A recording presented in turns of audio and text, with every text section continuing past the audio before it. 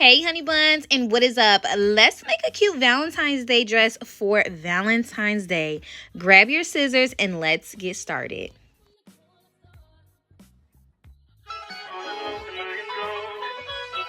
Honey Bun TV.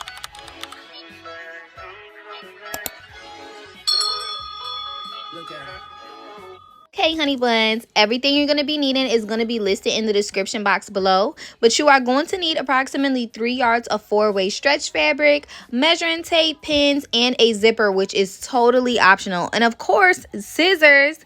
As you can see here in the first step, I'm just folding my fabric over so I can cut it on a fold, and also so it can give me more room and more fabric to work with. Remember, I always like to say keep your scraps, and this method definitely is a way to do so.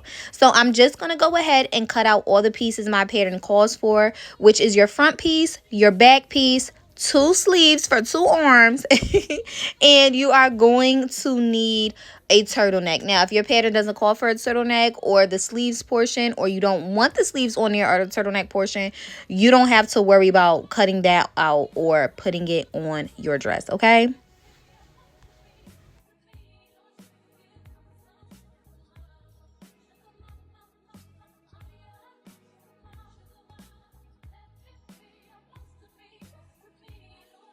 After I cut out the pieces that I needed for my body portion, I'm going to cut out the train that is going to be on the side. Now, how big the train is and how long the train is definitely dependent on how tall you are, how wide you want the train, as well as if you are going to be wearing heels, how tall your heels are. So factor that in. Now, I'm pretty short for my height, so I literally cut about 54 inches, and I added a half an inch on for some seam allowance, just so we can, hem it at the bottom so it can look really good. So again, that depends on you. And I did factor in the heels that I would be wearing, and they ain't that tall neither. So that's why I chose 54.5 inches. After that, you are literally going to flip the train over to the bottom, whichever portion you prefer as the bottom, okay?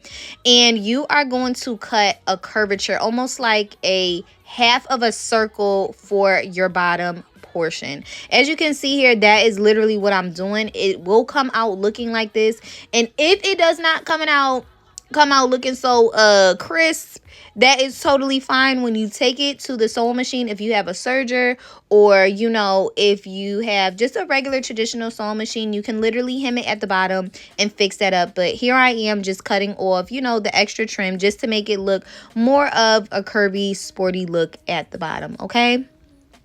Hey, honey buns, now we are going to get ready to basically start building our dress, as I like to say. So we are going to start by doing that with our body pieces first, which is our front and our back.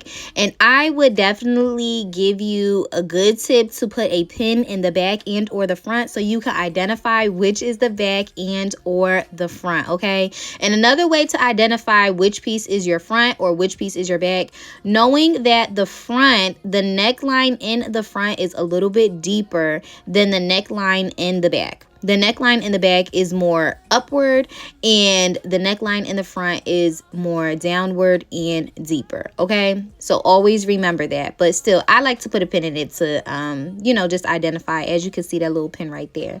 After that, you are going to place them right sides facing each other and only sew shoulder points together. So where you see that black thread at, that is where my shoulder is, okay? I sewed them together, and then I got ready to sew my sleeves on. The way that I like to do my sleeves is literally I start by pinning the middle, then I go to the left, then I go to the right. And when I say I go to the left, I go to the right, I mean I'm going to the left end, the left point, and then I'm going to the right, and I'm going to the right point, and I'm pinning them. And then in the middle, as you see the curvature of the armpit area, then I put the rest of the pins in just to hold it there. The way that you are going to sew this is you are going to start from the middle, and then you're going to sew to the left, and then you're going to start from the middle, and then you're going to sew from the right.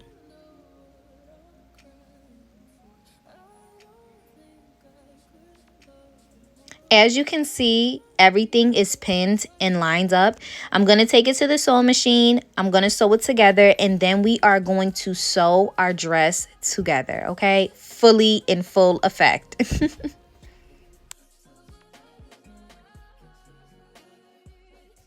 Now, the same method that I use sewing my arm on is the same method you are going to use closing this dress up, meaning you are going to match your seams up and you're going to start at the middle, which is technically kind of under the armpit, but you are going to start the armpit, sew to the left, start the armpit, sew to the right, okay? This just keeps everything aligned and on top of each other, making sure that nothing slips, and also making sure that you're lining those seams up, boo. After finished sewing our dress together, we are now going to work on our train. As you see here, I am pleating the top portion of my train because this is a piece that I had left over from the yardage that I had, so I was working with it, okay? Now, my train is approximately 54.5 inches long, but it is 27 inches wide. So I'm just pleating 2 inches by each so it can be a small portion at the top rather than a big piece that is going around my whole entire waist. So me pleating it makes it smaller and more feasible and appealing, of course, as the side train. After I have pleated 2 inches apart, this may differ for you depending on how much you have left over, I am now going to go to the sewing machine and I am going to sew where you see those pins. I'm just going to sew across them, and as I'm sewing across them, I'm going to take the pleats out and it is going to create a pleat. After sewing my dress together, I am pinning at the waist because that is where I want my train to sit at. Now, if you want it to sit a little bit higher up or higher down, you can put your dress on and then pin it at that spot. But for me, I knew where my waist was because the way that my dress was formed, okay? And that's typically, you know, where you see the beginning of the curvature at. So I pinned at the waist, and now you see me here taking my train, and now I'm going to pin my train at the waist.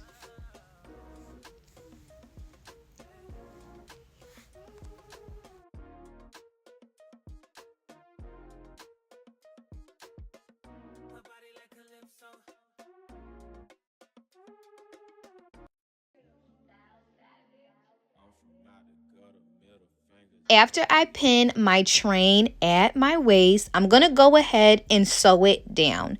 The way that you are going to put this on the sewing machine is literally going to be from the bottom going inside. So I placed it at the bottom, and now I am just pulling it closer to where my needle is. And you also want to make sure that the sewing machine is literally in the middle of the dress rather than you accidentally sewing the dress closed.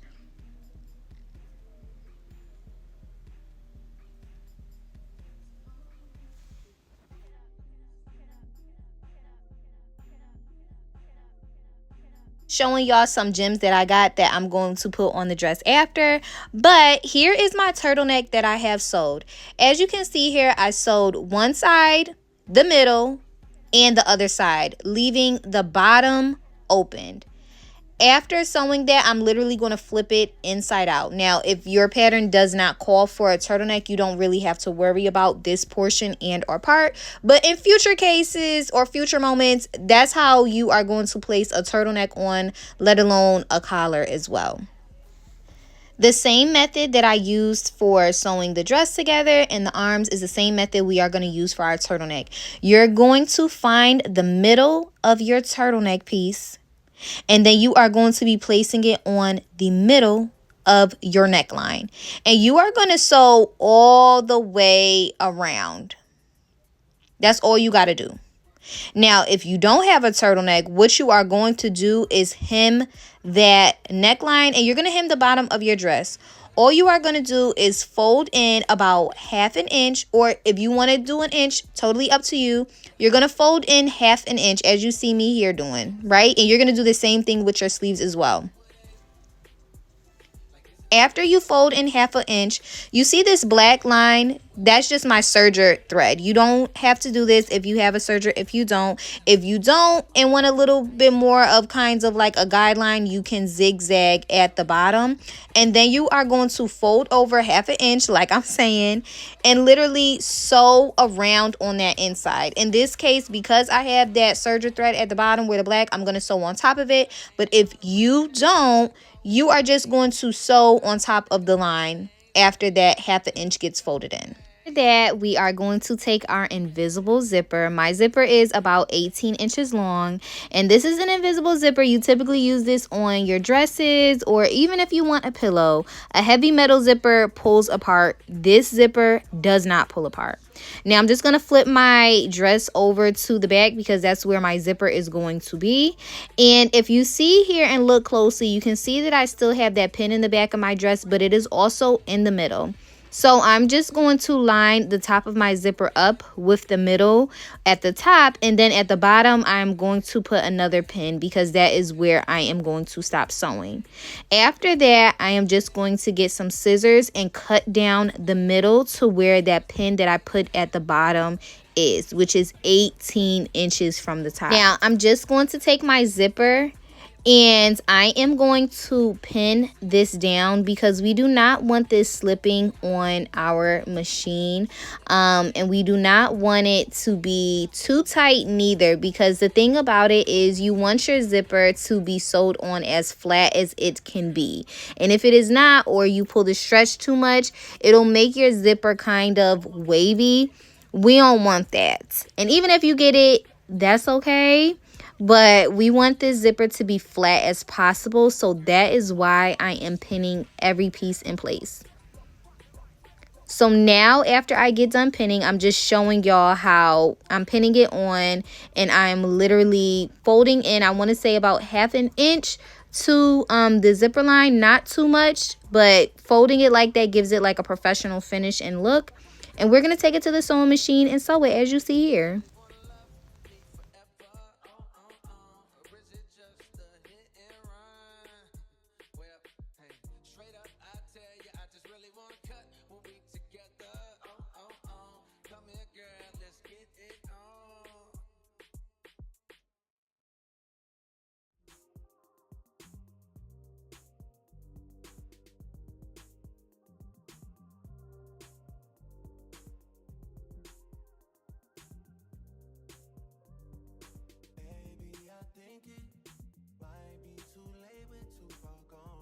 Honey buns, I am now finished sewing my dress together.